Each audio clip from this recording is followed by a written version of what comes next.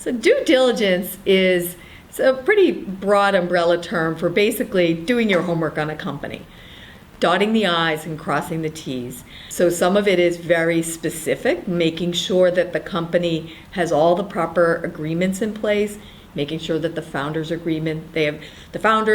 agreements are in place, intellectual property is recorded properly, the company is incorporated properly, so a lot of dotting the I's, crossing the T's. And then other pieces of due diligence are more finding out, what does the market really think of this company? It can be very interesting to do interviews with customers, current customers, potential customers, to really find out what people think about this company.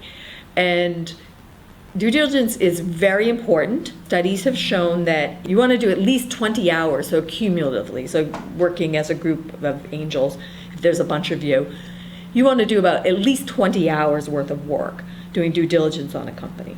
And you'll have a return that be better than doing less. That's one of the breaking points. And then if you do 60 hours of due diligence, then the returns get even better. So due diligence is definitely a team sport. You can rely on due diligence from other angel groups or other angels. And obviously, don't do due diligence on your own because it can be pretty onerous. One area of due diligence that's really important is really to be respectful of the time of the entrepreneur. So I try to frame things when I'm looking at due diligence to say, is this essential for me to know to make this investment decision? Or is this just something I'm curious? Am I satisfying my curiosity?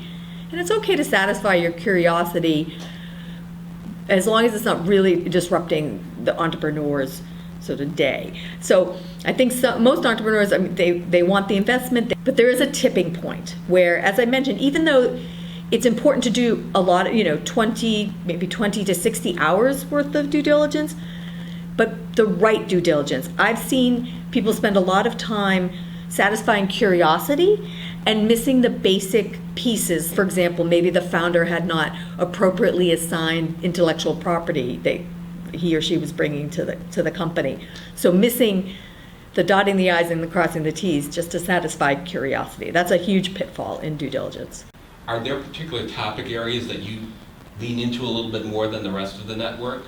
Well, I definitely would lean in more about the intellectual property issues, that's for sure. And it's also just a skill set too.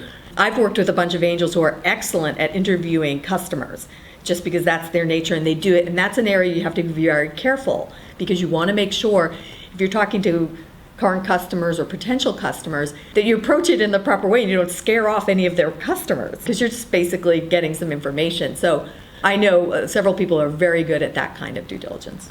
One of the main goals of the Rising Tide Fund is to educate new angels. And so I think that this will be very eye-opening for them. It'll be very enjoyable, and it will be an area where perhaps due diligence is shrouded in mystery, that people don't really know what it is, but I would bet all of the angels in the fund will have something to contribute, particularly if we are looking at a company that's broadly in an industry that they know.